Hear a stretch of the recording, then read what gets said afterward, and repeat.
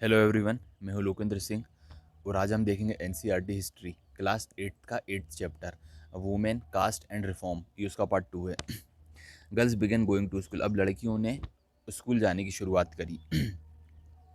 कई सारे रिफॉर्मर ऐसे थे, उन्हें ऐसा लगता था यदि अगर लड़कियों की जो कंडीशन है अगर उसे इम्प्रूव करना चाहते हो तो सबसे पहले उनकी मतलब एजुकेशन, सबसे पहले उन्हें एजुकेशन दो अगर उनके लिए कुछ भी करना चाहते हो। एक ऐसे व्यक्ति थे, रिफॉर्मर थे, ईश्वरचंद विद्यासागर। और उनके साथ साथ कई ऐसे थे जो बॉम्बे में भी थे, जो महिलाओं के लिए सोशल वर्क किया करते थे। उन्होंने स्कूल की शुरुआत की। जब स्टार्टिंग में शुरुआत में लड़कियों ने स्कूल जाना शुरू करा तो कई लोगों को लगता था कि ये गलत है, ये महिलाओं को मतलब घर से दूर कर रही हैं और वो धीरे धीरे अपने घर के मतलब घर से दूर हो रही हैं और इस तरह से वो धीरे धीरे घर के काम भी नहीं करेंगे, डोमेस्टिक काम भी नहीं करेंगे। और जब भी स्कूल जाते हैं तो ज़ाहिर-सी बात है उसमें हमें पब्लिक प्लेस के थ्रू होकर गुज़रना पड़ता है, किसी चौराहा, कोई रोड या कुछ ऐसी जगह है पब्लिक प्लेस जहाँ पे ज़्यादातर लोग होते हैं। तो ये भी वहाँ के लोगों को काफ़ी गलत लगता था। उन्हें ऐसा लगता था कि यहाँ मतलब ऐसा नहीं होना चाहिए कि उन लड़कियों को पब्लिक प्लेस से दूर रहना चाहिए, जो भी पब्लिक प्लेस हैं। और कुछ ऐसे पुरानी रूढ़िवादी सोच के थे, मतलब वो निकलने भी नहीं देते थे लड़कियों को घर से। और कई सारी लड़कियों ने मतलब पढ़ना और लिखना अपने फादर या अपने हस्बैंड से ही सीखा है, वो भी मतलब बिना घर से बाहर निकले, घर में ही जो भी है जैसा भी सीख लिया। कुछ ऐसी भी हैं, sometimes women taught them self, मतलब कुछ महिलाओं ने खुद से ही पढ़ कर सीखा है, मतलब खुद खुद से ही जैसे जैसे बना वैसे सीखा। एक एग्जाम्पल भी दिया हुआ है, रस सुंदरी देवी। इन्होंने एक बुक भी लिखी है। अ, एक महिला हैं राज सुंदरी देवी, जिनके बारे में social political life already last year में पढ़ चुके हैं। उन्होंने she was one of those who secretly learn and read, मतलब उन्होंने छुप के पढ़ा था। मतलब उनको इतना बाउंडेशन थी कि वो सबके सामने पढ़ भी नहीं सकती थी। और right in the flickering light और of the candle at night, मतलब उन्होंने चोरी छुप के पढ़ा था, जो रात में दिया बत्ती जलाकर पढ़ाई करते हैं, मतलब उन्होंने ऐसे भी पढ़ाई की थी।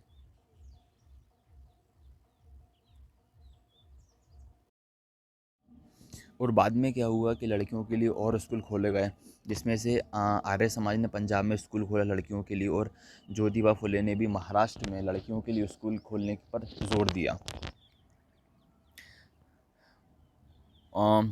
इन aristocratic Muslim household in North India. Aristocratic Muslim household मतलब होता है जो एरिस्टोक्रेटिक मतलब होता है जो अपने हर संपन्न है, घर परिवार से, पैसे वाले हैं, मतलब जो रिच लोग हैं, जो रिच मुस्लिम फैमिली हैं, वहाँ उनकी महिलाओं ने भी कुरान पढ़ना स्टार्ट करा अपने घर में। उनको मतलब घर से ही ये पढ़ाया जाता था। और एक और रिफॉर्मर थी मुमताज़ अली। उन्होंने कहा कि ऐसा नहीं कि भैया घर पे ही पढ़ना है उन्हें उन्हें मतलब एजुकेटेड बाकी जो बाहरी शिक्षा होती है वो भी करना है उनको। तो ये भी एक रिफॉर्मर थी। फिर 19th सेंचुरी में पहली बार उर्दू के राइटर आए, नोवेल आई। फिर ये बात मतलब लड़कियों के प्रति, उनको एजुकेटेड करने के प्रति उस सेंचुरी में अ, फैल गई कि उनको भी पढ़ाना चाहिए बराबरी से। ये एक फ़ोटो दी हुई है ईश्वरचंद विद्यासागर की, और कुछ एक फ़ोटो ये दी हुई है कि महिलाएं स्कूल में पढ़ती हुई।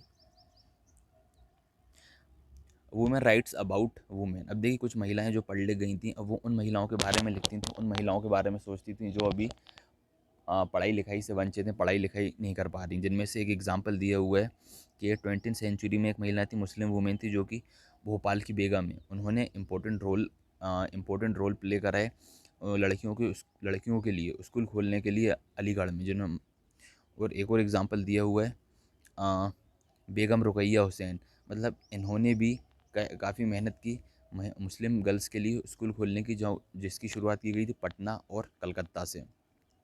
और उन्हें ऐसा लगता था, चाहे वो किसी भी रिलीजस का व्यक्ति हो, किसी भी रिलीजस के पुरुष हों, उन्होंने लड़कियों को हमेशा मतलब निचले स्तर पे रखा है, inferior place for to women, मतलब महिलाओं को इन्फीरियर प्लेस ही दिया, मतलब सबसे उनको ज़्यादा इम्पोर्टेंस नहीं दी, चाहे वो किसी भी रिलीजन का हो।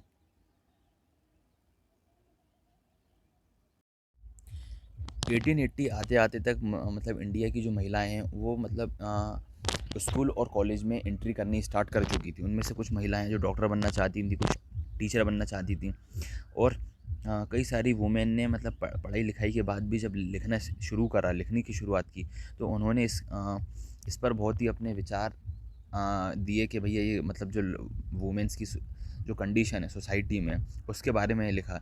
जिनमें से एक है ताराबाई शिंदे, जिन्होंने पूना में एक बुक लिखी, स्त्री पुरुष तुलना। तो उन्होंने इस बात को काफ़ी क्रिटिसाइज़ करा है कि महिलाओं की जो कंडीशन है वो पुरुष की तुलना में बहुत कम है और डिफरेंसेस बहुत हैं।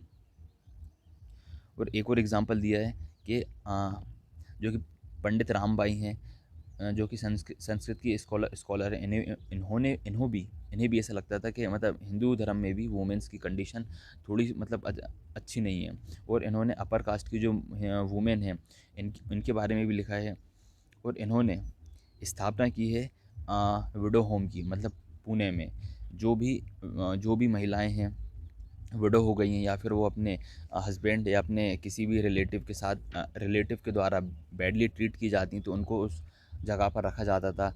और they could support them self economically, मतलब उनको ट्रेनिंग भी दी जाती थी किसी भी प्रकार की, किसी भी स्किल्स में, जैसे सिलाई कढ़ाई जो भी हो, और ताकि वो अपनी इकोनॉमिक कंडीशन को ठीक कर सकें और मतलब अपने पैरों पर खड़ी हो सकें।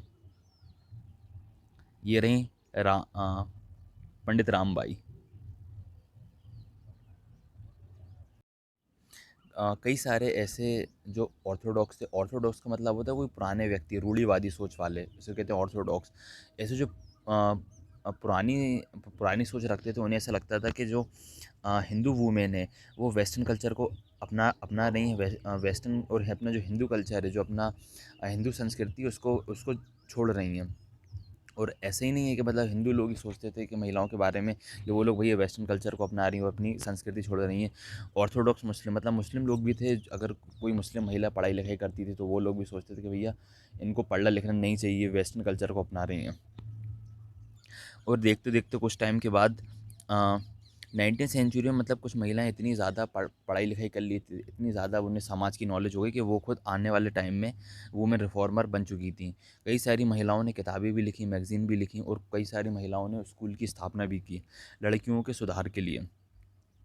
अ, और अर्ली 20 सेंचुरी में द फॉर्मर पॉलिटिकल प्रेशर, वो महिलाएं इतनी ज़्यादा पढ़ाई लिखाई कर ली उन्होंने, कितनी इतनी ज़्यादा वो अपने आप को उन्होंने ऊंचा उठा लिया कि वो पॉलिटिकल प्रेशर भी देने लगी, मतलब गवर्नमेंट पर प्रेशर भी बनाने लगी कि भैया जो महिलाओं की कंडीशन है वो बहुत ही ख़राब है, बहुत ही दयनीय है। राइट टू वोट, मतलब वोट का अधिकार मांगने लगी, बेटर हेल्थ के लिए, अपनी एजुकेशन के लिए। और और भी कुछ महिलाएं हैं जो अ, ने nationalist and social movement from the 1920, मतलब 1920 तक आते आते महिलाओं ने अपने आप को इतना इम्प्रूव कर लिया कि वो अब महिलाओं के हक के लिए भी लड़ने लगी थी, और उनके स्कूल के लिए। और फिर 1920 तक आते आते वो नेशनल मूवमेंट, जो भारत की आज़ादी के आंदोलन में भी शामिल होने लगी थी।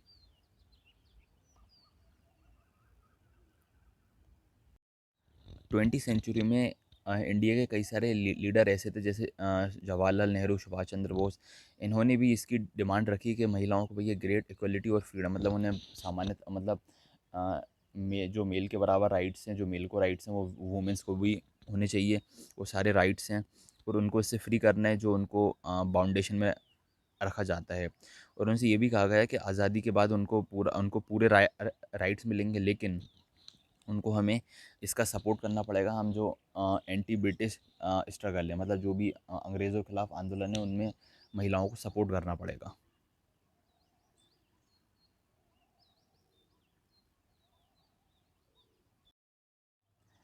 बाद में जब परिस्थितियाँ थोड़ी-सी बदलीं, तो जो इंडिया के लीडर हैं उन्होंने और सोशल इश्यूज़ पर भी बोलना स्टार्ट करा, मतलब सोशल इश्यूज़ के भी मुद्दे उठाए कि महिला पढ़ने तो लगी, अब ठीक है। अब नेक्स्ट ये था कि जो चाइल्ड मैरिज है उसको भी रोकना था। फिर सेंट्रल लेजिस्लेटिव असेंबली, फिर जो लोकसभा में ये काफ़ी सारी बहस हुई इस मुद्दे पे। फिर फाइनली 1929 में चाइल्ड मैरिज रिस्ट्रेंट एक्ट लगा दिया, मतलब चाइल्ड मैरिज एक्ट पे रोक लगा दी, जिसके तहत ये कहा गया कि लड़कों की जो एज है वो 18 से कम नहीं होनी चाहिए, और लड़कियों की 16 से कम नहीं होनी चाहिए। बाद में इसको बढ़ा दिया गया कि लड़कों की 21 कर दी गई और लड़कियों की 18 कर दी गई। ये एक फ़ोटो दी हुई है काफ़ी 20 सेंचुरी की, जिसमें काफ़ी जल्दी ही शादी करा रहे हैं।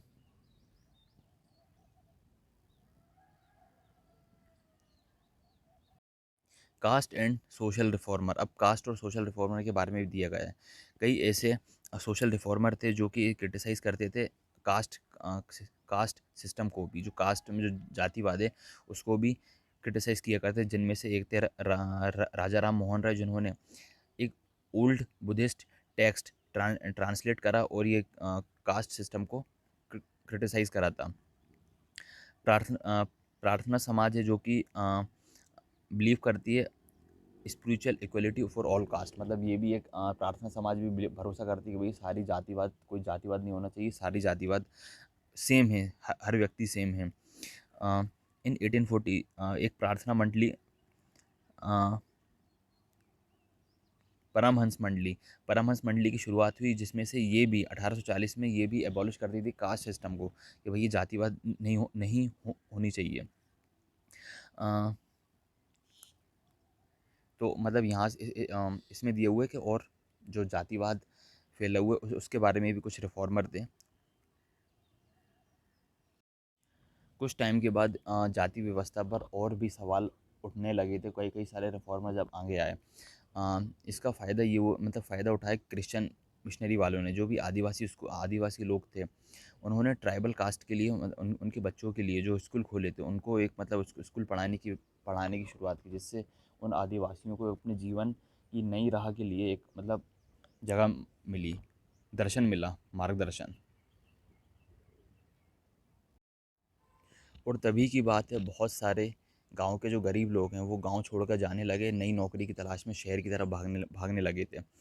क्योंकि नई फैक्ट्रियां खुल रही थी, म्यूनसिपाल्टी की जॉब थी जिनके बारे में ऑलरेडी हम पढ़ चुके हैं। लेबर की ज़रूरत थी, ड्रेनेज नालियाँ खुद रही थी, रोड बन रही थी, बिल्डिंग बन रही थी, कंस्ट्रक्शन हो रहा था काफ़ी तेज़ी से। कूली की ज़रूरत थी, जो रिक्शा खींचते उनकी ज़रूरत थी, क्लीनर थे, स्वीपर थे। बहुत सारे लोगों को इस प्रकार से काम मिल रहा था। Where did this labour come from, मतलब ये लेबर अचानक से कैसे आ गए थे। ज़्यादातर लेबर जो थे वो लो कास्ट के ही थे। अ, कुछ ऐसे लोग थे जो आसाम चले गए, मॉरिशस चले गए, इंडोनेशिया चले गए। देखिए किसी भी नई जगह पे जाना थोड़ा टफ होता है, लेकिन जो गरीब लोग हैं, जो लो कास्ट के लोग हैं, उन्हें एक प्रकार की इसमें अपॉर्चुनिटी मिली कि ये जो दमनकारी जीवन वो ऑलरेडी जी रहे थे, जो थोड़ा प्रॉब्लम में था, उन्हें सोचा कि यार इससे और क्या बुरा होगा। तो ये सोचकर काफ़ी कई सारे लोग गांव छोड़कर शहर की तरफ भागने लगे थे।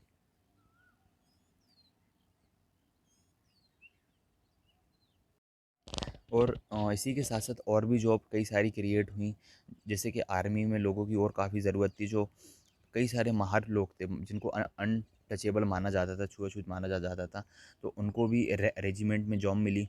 और the father of Bhimrao Ambedkar, जो कि लीडर हैं दलित मूवमेंट के, मतलब दलित समाज के लीडर हैं भीमराव अंबेडकर, जो उनके पिताजी हैं, taught at an army school, मतलब आर्मी में नौकरी करते थे, आर्मी स्कूल में वो पढ़ाया करते थे।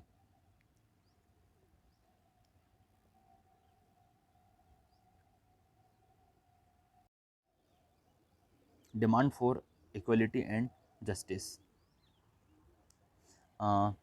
देखिए second half of the 19th century, मतलब 19th के सेकेंड हाफ सेंचुरी में, मतलब जो नॉन ब्राह्मण लोग थे, जो निचली जाति के लोग थे, उन्होंने भी अपना मूवमेंट शुरुआत की, और जो भेदभाव होता है उसके खिलाफ, और demand social equality and justice, और ऐसे इसके खिलाफ आवाज़ उठाई, जो कि समाज में भेदभाव हैं उनके प्रति।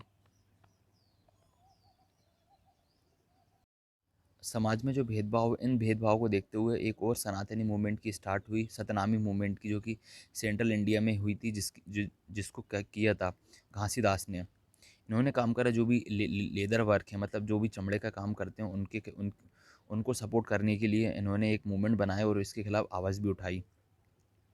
और एक और हैं ईस्टर्न बंगाल में, हरिदास ठाकुर, जो कि हरिदास ठाकुर ने भी, जो भी कास्ट सिस्टम है, इस पर भी आवाज़ उठाई। और इसके साथ साथ ही साथ जो अभी केरल में जगह है, इसके एक गुरु हैं इज़हावा। इज़हावा कास्ट के जो श्री नारायण गुरु, इन्होंने भी इसके खिलाफ काफ़ी घोषणा की। जो भी कास्टिज़्म है इसके अगेंस्ट सवाल उठाए, इसके जो भी अनटचेबिलिटी, इसकी जो भेदभाव है इसके खिलाफ उठे। और इनका एक फेमस स्लोगन भी है कि ओरू जाति ओरू मतम ओरू दैवम मनुष्यानु, मतलब एक वन कास्ट, मतलब एक ही कास्ट है, एक ही रिलीजन है और एक ही गॉड है, जो कि है ह्यूमन काइंड, मतलब मानवता। इन पंथ की स्थापना करने वाले जो मूवमेंट चलाए थे, मतलब कास्टिज्म के खिलाफ, इनमें ज़्यादातर नॉन ब्राह्मण कास्ट से आते थे। एंड वर्क अमंग्स देम, और उन्होंने उन्होंने उन्हीं उन्हीं के साथ उन्हीं के साथ काम किया और उन्हीं के लिए काम किया। और ये मतलब इसके खिलाफ से जो प्रैक्टिसेस होती थी, जो भी अपने जातिवाद होते थे, उसके उसके खिलाफ काफ़ी सवाल उठाए। और इन्होंने ट्राई भी करा। They try to create a sense of self esteem among the subordinate caste, मतलब उन्होंने कहा कि भाई अपनी भी एक कुछ इज्जत है, अपनी भी एक डिग्निटी है, तो सेल्फ स्टीम को कम नहीं होने देना है किसी भी हालत में। और तो उसके खिलाफ इन्होंने ज़्यादा आवाज़ उठाई। गुलामगिरी, यहाँ से अब थर्ड पार्ट में पढ़ेंगे।